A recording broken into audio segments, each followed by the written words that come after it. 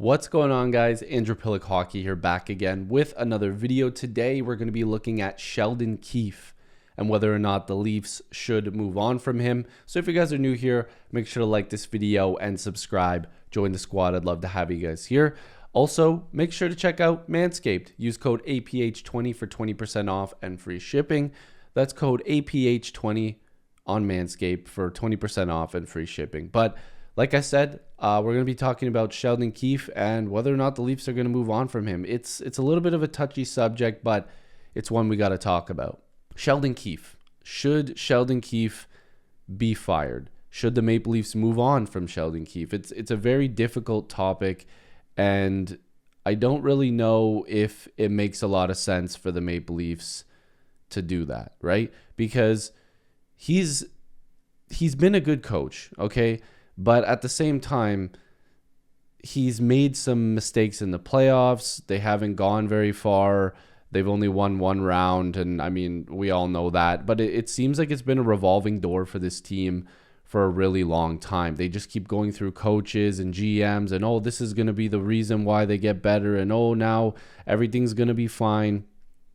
I don't really necessarily know what the immediate fix is for Toronto, but I don't know if it's coaching. So the first thing I want to look at here is his coaching record, right? So when he joined the team right after Babcock was fired, in 47 games, he took the Leafs from basically being a non-playoff team, a non-factor, into being a very, very good team. He got 59 points in 47 games played from this team.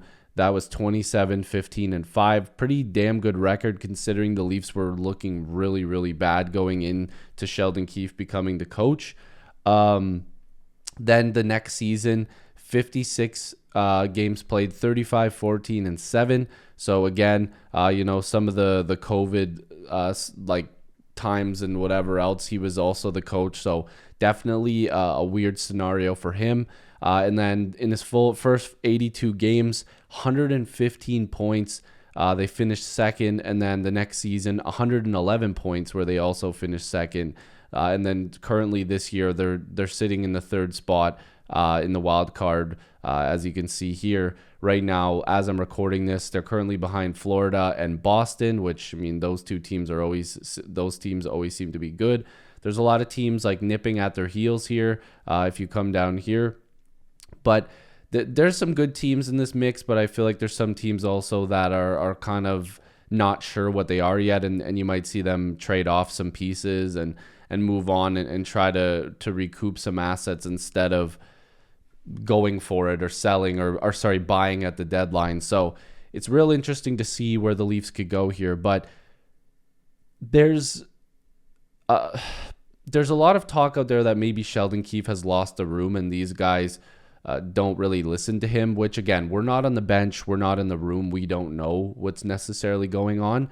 But I can tell you that there are times where you look at how he's speaking to the players and how they're responding, and it doesn't really seem like it's working out so well. And I'm not too sure if that's something that the Leafs need to address right away, or if it's something that we're just looking into and it's nothing. Because again, we can look from wherever, like, we're just fans, but these players know exactly what they're going through, and they're never going to say, unless something really bad happens, which, knock on wood, we don't want that to happen, but they're not going to say anything. But Sheldon Keefe needs to work on a few things, in my opinion. And again, I'm not an NHL coach. I'm not saying that I would be a better option than him, because there's zero chance that that's true. But I don't like the fact that the Maple Leafs always have their lines in a blender and they're constantly changing them. And we've got guys like, oh, we'll just throw Holmberg on the first line, and then in 2 weeks, maybe Yarncroke's going to be there, and then Nyes will come back. And, like, there's no, like, getting to know your line mates. Now, the Holmberg thing has gone well so far, which, again, I'm totally fine as long as they're putting up points. And I think he's got like 7 points in his last 7 games.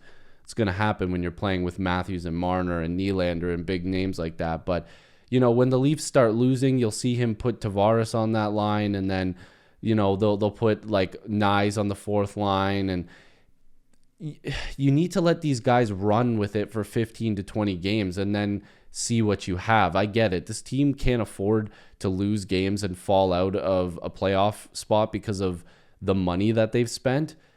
But at the same time, you're not building any chemistry if you've got guys playing on different lines constantly and you're mixing them around like they're Lego pieces. Like, it doesn't work like that. And that's just my opinion. I don't know. I'm not an NHL head coach, and I'm not going to sit here and act like I'm good enough to be one.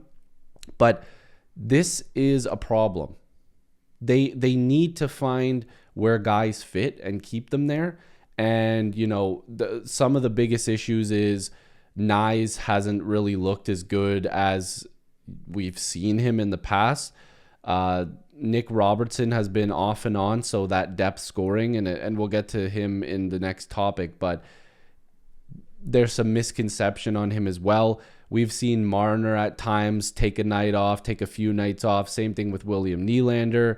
We've seen Tavares take some time. Bertuzzi and Domi started off really slow. I might be in the minority here, but I haven't been overly impressed with Tyler Bertuzzi. I do like the player. I think he's good, but the Leafs spent over $5 million for a guy that is like a 30-goal scorer. So the Leafs need more than just getting in the corners and getting the pucks. They need to find a way to get him more involved. And I don't know if that's putting him back on the first line and seeing if that works, but you have to keep it like that. So you have to really know what's working. I'm not opposed to keeping Holmberg there because Matthews and Marner can carry that line, and he looks to be pretty decent there. But don't go back to switching up the lines. Like, I haven't seen the lineup for today at the time I'm recording this, January 20th, but if they start bouncing these lines around again and you see Holmberg on the fourth line and you see Nyes up on the second and then, Domi or whoever on the first, like, it sounds ridiculous, but anybody can be on any line. And is that good? Yeah, interchangeable parts is good. But Sheldon Keefe has to find that balance where he doesn't have to keep changing these lines up. It's annoying. It's frustrating. I don't want to see it. And quite frankly, I said it. I was talking to my grandparents actually about this the other day.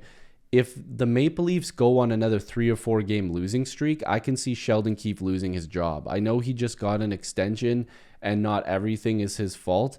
Definitely not. But I can guarantee you the Maple Leafs will be looking into it, and they probably have already thought about it. So Sheldon Keefe's job is not secure, in my opinion. They go on one more skid. They go on one more losing streak. You're going to see this guy lose his job. And I'm not saying I want that, but it'll be the only little bit of change. And it's embarrassing for this Maple Leafs team. This team should be much better than they are. But to be quite frank with you guys, I don't blame everything on the coach. I don't blame everything on the GM. Hell, I don't blame everything on the players. I think it takes a little bit of everything. But Sheldon Keefe has been outclassed multiple times in the playoffs, and now we're seeing him kind of losing it at certain points during this season. This team should have been a lot deeper, and I do blame that on Brad Treliving. I think that he acquired and spent on some players that have not delivered, but Sheldon Keefe has to find a way to make that work also. So that's what I wanted to discuss on Sheldon Keefe. So, if they fire him or not, I really hope, they find a good solution for him because the Leafs can't keep losing. Thank you guys for watching. Leave your comments down below. Let me know what you guys think. If you're new, like, subscribe, join the squad. I'd love to have you guys here. And again, sound off in the comments. Tell me, is Sheldon Keefe going to be gone from this Maple Leafs team? I'll see you guys in the next video or stream. Peace.